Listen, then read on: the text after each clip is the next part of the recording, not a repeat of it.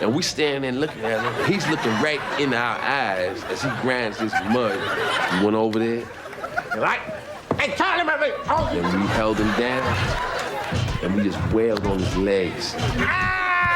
To jump off them speakers that was like almost 20 feet with pumps on. You don't tell me you didn't see that. Now, if anybody in here, I challenge you, put some pumps on and just jump off this desk right here and see if you're going to break your ankle. Charlie Murphy, the older brother of Eddie Murphy, is a legend in his own right.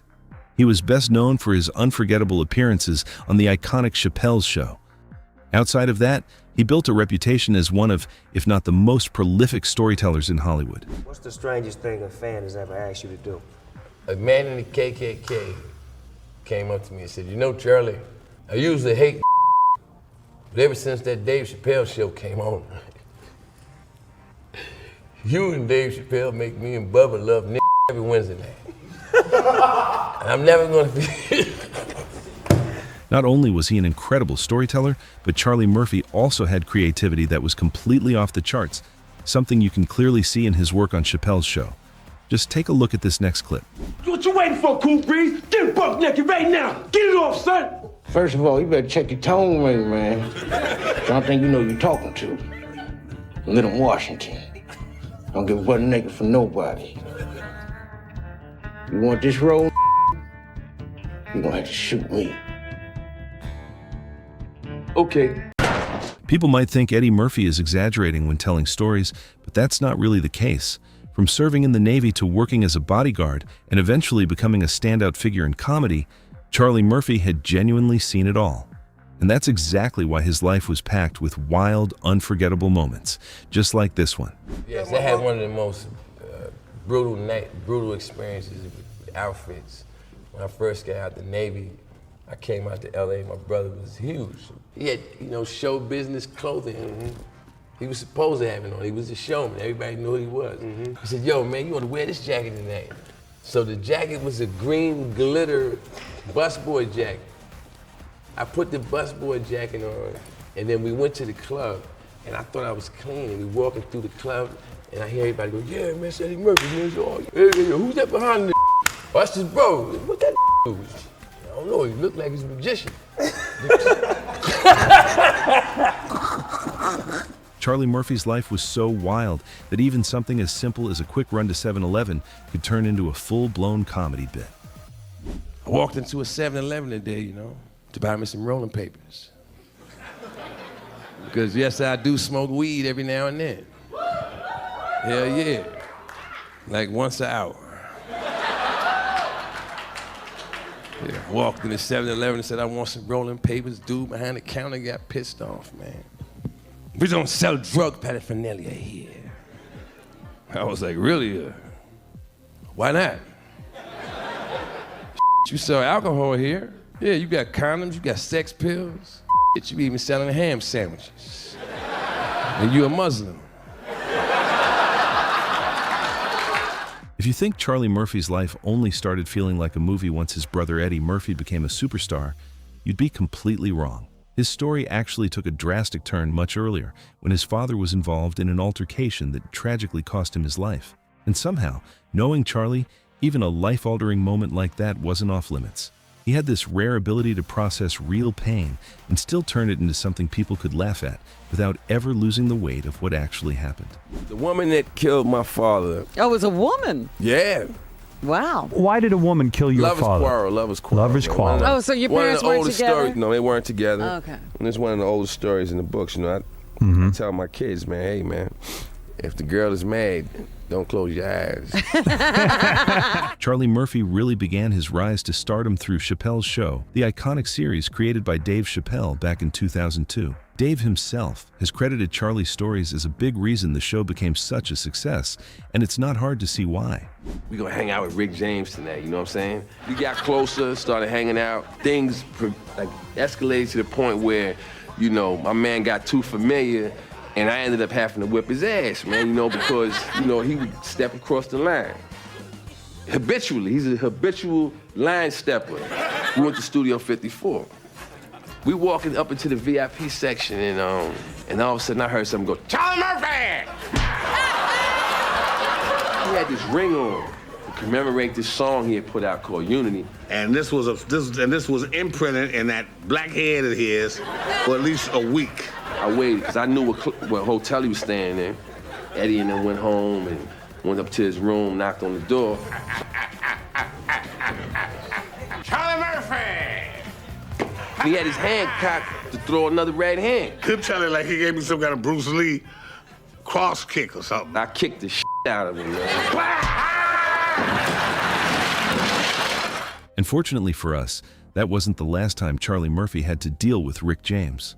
Rick is incorrigible, you know, he shows up at my brother's house, up. Nice place, And he gets on the couch and says, why don't I stretch out? and just started grinding mud on us. Your couch, buy another one, you rich mother. And we standing there looking at him. He's looking right in our eyes as he grinds this mud. We went over there.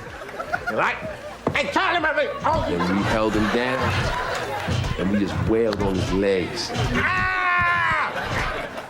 You were cold as ice. But still, Rick James, even after taking a beating like that, Your couch, I've been kicked out of better homes than this.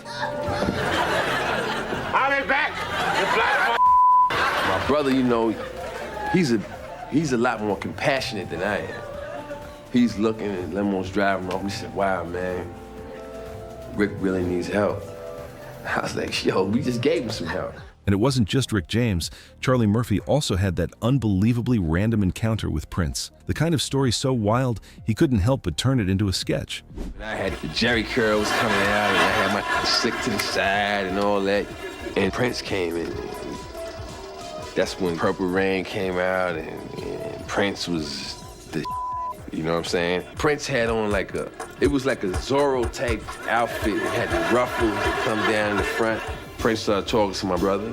Hello, Eddie Murphy. Prince, what's up? Well, would you like to come to my house and listen to some music? Ooh, that's cool. Fruity, get the car. This bores me. Is anyone up for a game of basketball? How about you and your friends versus me and the revolution? And I'm like, this is gonna be funny ass shit. So they come out, right? And I look at them and they still got on the same shit they was wearing at the club. I mean, I kind of learned something that day. Don't never judge a book by its cover. This cat could ball, man. Prince, you got a towel, man? It's kind of hot out here, man. Game. Blouses. You don't believe me? You think I'm making it up? Challenge him. All right? And make sure your people is there to see the game. Because you might get embarrassed. Trust me. Charlie Murphy even went on the Howard Stern show to tell his side of the story in full. And while some people might call that loser behavior, you can't deny it only made the whole situation even funnier. Prince beat Prince you. beat you in basketball? It was a team sport. It wasn't a one-on-one game. And y'all seen the comedy sketch that was a distortion of what took place. But Prince used to play varsity basketball for his high school. Really? Yeah, and we all seen what Nate Robinson did at the All-Star game last year. So you can't just look at a dude and go, because he's 5 foot even, he can't jump or play basketball. Do you remember, you ever go to any of his concerts? Sure. Remember I couldn't those see a speakers? thing. Remember he used to jump off them speakers that was like almost 20 feet with pumps on? Don't tell me you didn't see that. Now, if anybody in here, I challenge you, put some pumps on and just jump off this desk right here and see if you're going to break your ankle. Now, if you still don't believe what Charlie Murphy is saying, why not hear it from Prince himself? Did you see the episode of Dave Chappelle? Oh, yeah, absolutely. What'd you think of that thing? Oh, loved it.